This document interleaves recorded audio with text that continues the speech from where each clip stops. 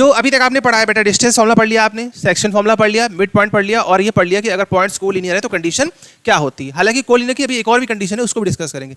पहले कुछ क्वेश्चन देखते हैं, हमारे जो एमसीक्यू क्वेश्चन है, आइए उसको देखते हैं। Hello dear student, welcome to true academy. I hope आप सब बहुत अच्छे होंगे और आपकी पढ़ाई भी बहुत अच्छे से चल रही होगी। देखिए बेटा, प्रीवियस लेक्चर में हमने कोऑर्डिनेट ज्योमेट्री में आपका पढ़ लिया था डिस्टेंस फॉर्मूला था, ठीक है। तो डिस्टेंस फॉर्मूला क्या होता है मैंने आपको बताया था, प्रूविंग कैसे करते हैं वो भी मैंने आपको डिस्कस किया था, साथ ही साथ कुछ उसके जो इंपॉर्टेंट क्वेश्चन थे उसको हमने डिस्कस किया था, ठीक है। तो आज के हमारे इस लेक्चर में हम पढ़ेंगे section formula, mid point formula, ठीक है। तो चलिए स्टार्ट करते हैं आज के लेक्चर को। कॉपी पेन ले लीजिए बेटा। आइए देखिए, आज हम पढ़ने जा रहे हैं सेक्शन फॉर्मूला। देखिए सबसे पहले हम यहाँ पे जानते हैं कि सेक्शन फॉर्मूला क्या होता है और कहाँ पर इसका यूज़ करते हैं सेक्शन फॉर्मूला का, ठीक है। ये थोड़ा सा समझेंगे बेटा। देखो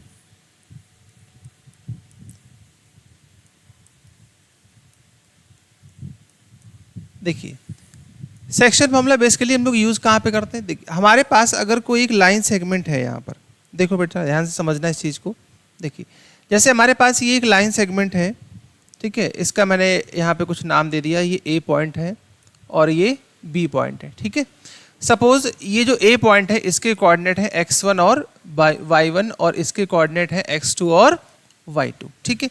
बहुत ध्यान से समझेंगे कि एक लाइन सेगमेंट है जिसके मुझे कोऑर्डिनेट दिए हुए हैं 2 पॉइंट्स के, और एक कोई थर्ड पॉइंट सपोज P है जिसके कोऑर्डिनेट दिए गए मुझे x और y, जो कि इस लाइन AB को एक fix ratio m ratio n में डिवाइड करता है। अब ये m रेशियो n क्या है बेटा, ये एक जनरल फॉर्म है, ये रेशियो कुछ भी हो सकता है, ये 1:2 हो सकता है, 3:4 हो सकता है, 5:8 हो सकता है, समथिंग समथिंग कुछ भी हो सकता है ये रेशियो, ठीक है। तो मैंने उसको जनरल मान लिया कि जो P पॉइंट है वो इस लाइन सेगमेंट AB को m रेशियो n में क्या कर रहा है, डिवाइड कर रहा है, ठीक है। यहाँ तक इतना क्लियर है।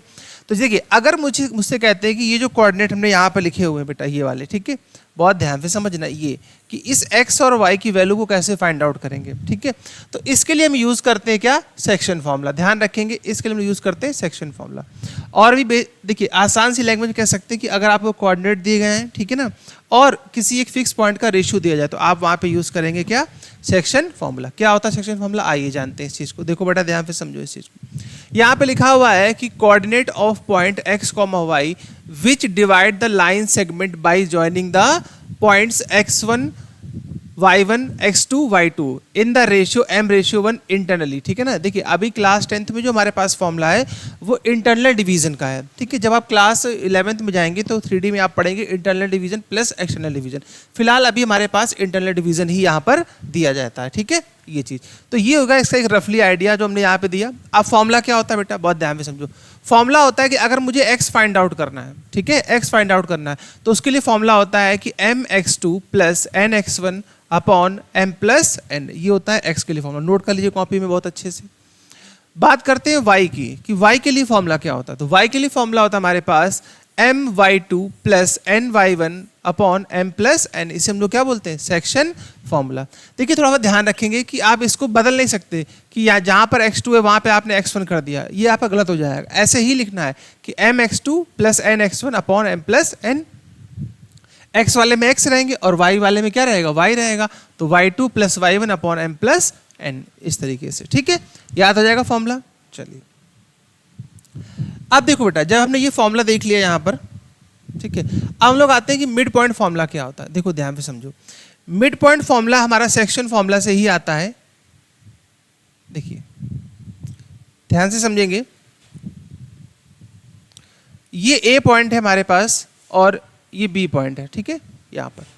अब इसके जो कोऑर्डिनेट है वो हमारे पास हो जाएंगे x1, y1, और इसके जो कोऑर्डिनेट हो जाएंगे वो हो जाएंगे x2, y2। और अभी भी सेम p पॉइंट है जो कि इसको x, y है, इसके कोऑर्डिनेट क्या दिए गए, x, y। अब उसने ये कहा है कि ये जो रेशियो दिया हुआ है हमारे पास, ये क्या है, m रेशियो n है, ठीक है। ये रेशियो क्या दिया हुआ है, m रेशियो n। अगर मैं आपसे कह दूं कि जो m रेशियो n है बेटा वो 1:1 है। 1:1 का मतलब क्या हो गया कि जो p पॉइंट है वो इस लाइन सेगमेंट AB को 2 इक्वल पार्ट्स में क्या कर रहा है बेटा, डिवाइड कर रहा है। तो देखिए अगर कोई भी पॉइंट किसी लाइन को 2 बराबर पार्ट में डिवाइड करेगा, इसका मतलब क्या हुआ, उन जो पॉइंट होगा उसका जो रेशियो आएगा दोनों पॉइंट से वो कितना आएगा, वो हमेशा 1:1 ही आएगा, ठीक है। अब ये 2:1 होगा, सॉरी 2:2 होगा तो भी 1:1 होगा, 5:5 है तो भी 1:1 होगा, यानी जो भी रहेगा हमेशा वो 1:1 ही आएगा।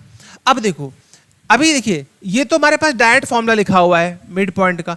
अब ये कैसे आया इस पे ध्यान देना। देखो अगर मैं इसमें सेक्शन फॉर्मूला इस्तेमाल करूं, देखिए इस वाले पॉइंट में, तो अभी आपने पढ़ा था कि x के लिए सेक्शन फॉर्मूला क्या होता है। x के लिए हमारे पास होता है क्या कि mx2 plus nx1 upon m plus n, यही तो होता है x के लिए।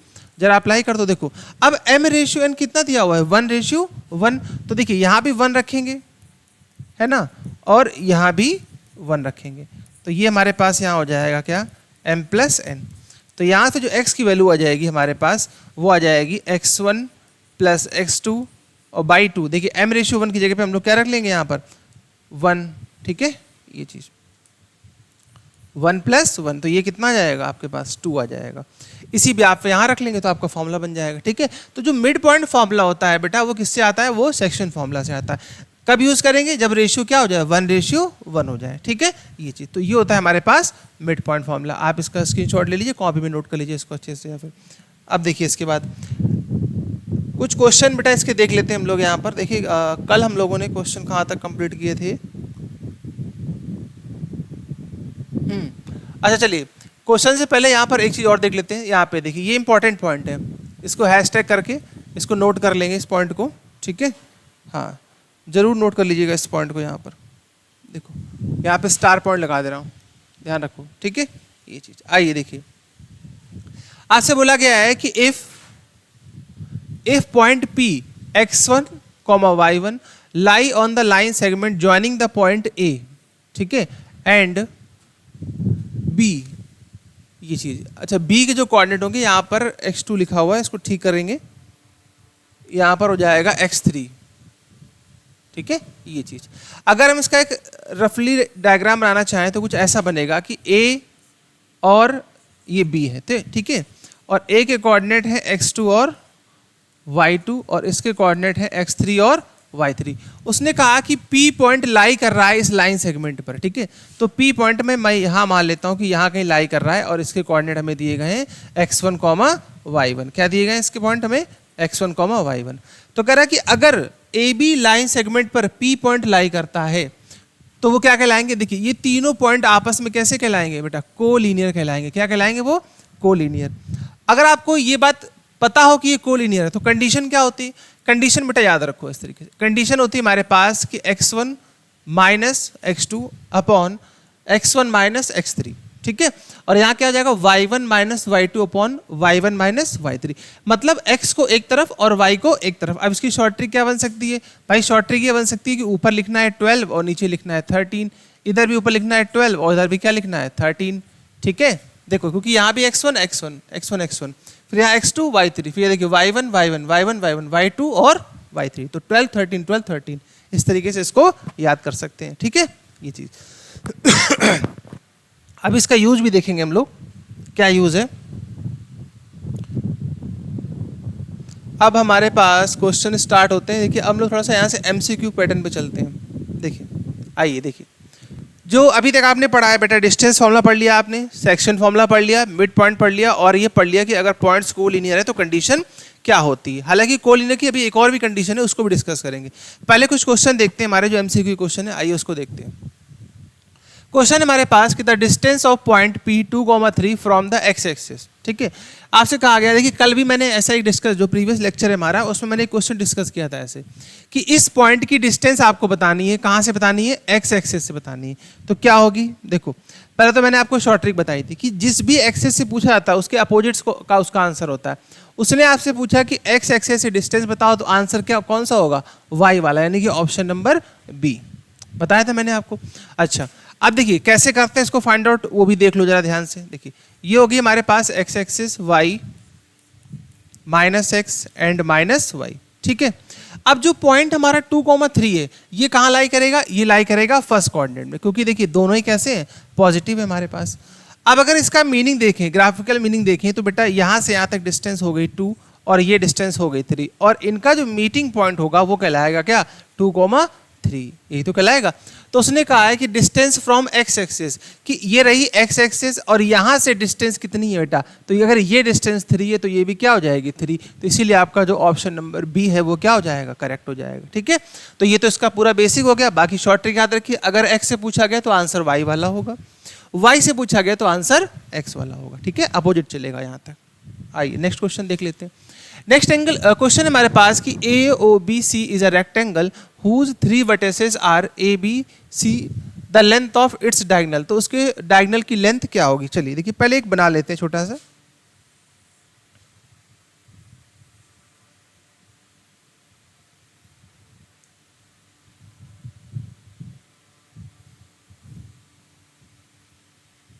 एच को इसको हटा ही देते हैं।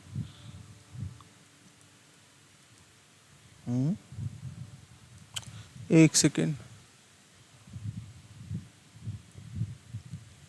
देखो बेटा, यहाँ पर एक बना लेते हैं, ऐसे रेक्टेंगल टाइप में कुछ बना लेते हैं। ठीक है, ये चीज अब देखिएगा, आपसे कहा गया कि ये एक रेक्टेंगल है हमारे पास। ठीक है, ये तो रेक्टेंगल तो लग नहीं रहा है, लेकिन रेक्टेंगल तो लग नहीं रहा है रेक्टेंगल। अब बनेगा रेक्टेंगल।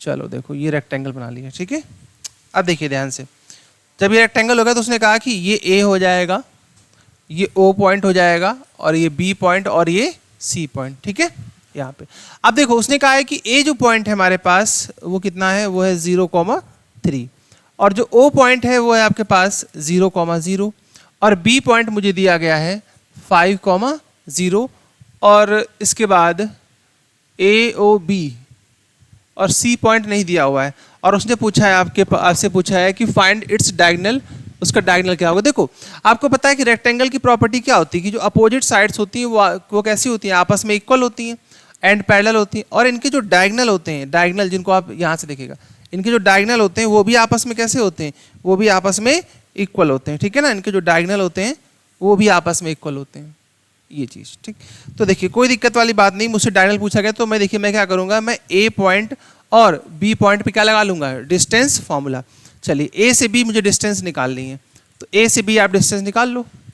फॉर्मूला क्या होता है बेटा कि x2 माइनस x1, तो 5 का स्क्वायर क्या हो जाएगा 25।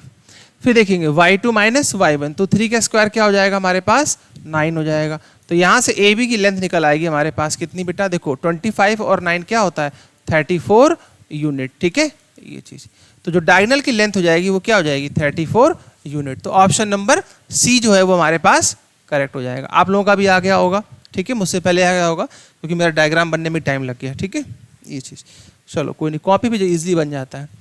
नेक्स्ट क्वेश्चन देखेंगे, the point -4,0 and 0,3 are the vertices of. कह रहे कि ये जो वर्टिसेस है ये किस चीज़ की है भाई। देखो बहुत ही सिंपल सा एक लॉजिक है हमारे पास, आप देखो जरा इसको, तो आप सिर्फ ग्राफ पेपर पे ही बना करके समझ सकते थे कि आखिर ये है क्या। देखो -x एंड -y, पहला जो पॉइंट हमारे पास दिया हुआ है वो क्या दिया हुआ है -4,0, यानी x की वैल्यू है -4 और y की वैल्यू 0 है। तो यानी देखिए जो पॉइंट होगा वो यहाँ कहीं लाई करेगा, यहाँ कहीं लाई करेगा -4,0। ठीक है, ये चीज़। फिर सेकंड पॉइंट है 0,3, मतलब ये हुआ कि x 0 हो गया और y 3, तो जब x 0 है y 3 तो वो पॉइंट यहाँ कहीं मिलेगा मुझे 0,3। अब अगर मैं इसको मिला लेता हूँ तो बहुत ध्यान से देखेंगे, बहुत ही ध्यान से देखिए भाई, ये क्या बन गया, ये एक बन गया राइट एंगल ट्रायंगल। क्यों बन गया, क्योंकि ये वाली लेंथ जो है वो हमारे पास 3 है और ये लेंथ जो है 4 है हमारे पास, है कि नहीं है। अगर मैं पाइथागोरस यूज करता हूँ तो 4 का स्क्वायर 3 का स्क्वायर कितना हो जाएगा 25, तो यानी ये लेंथ क्या आ जाएगी 5 आ जाएगी। तो एक पाइथागोरस ट्रिपलेट बन जाएगा। तो ऑप्शन हमारे पास है कहीं पे, हाँ राइट ट्रायंगल है हमारे पास। देखो इक्विलेटरल तो हो नहीं सकता, स्केलिन है नहीं हमारे पास, आइसोस्केलिन में 2 साइड इक्वल होनी चाहिए तो वो तो हो नहीं सकते। तो ये सभी ऑप्शन क्या हो जाएंगे आपके, कैंसिल आउट हो जाएंगे। तो ऑप्शन नंबर ए जो है हमारे पास वो परफेक्ट आंसर है। ठीक है, क्लियर है ये। आइए नेक्स्ट क्वेश्चन देखते हैं। नेक्स्ट हमारे पास क्या है कि the point which lie on perpendicular bisector of line segment joining the point A and B, ये चीज आपसे पूछा गया।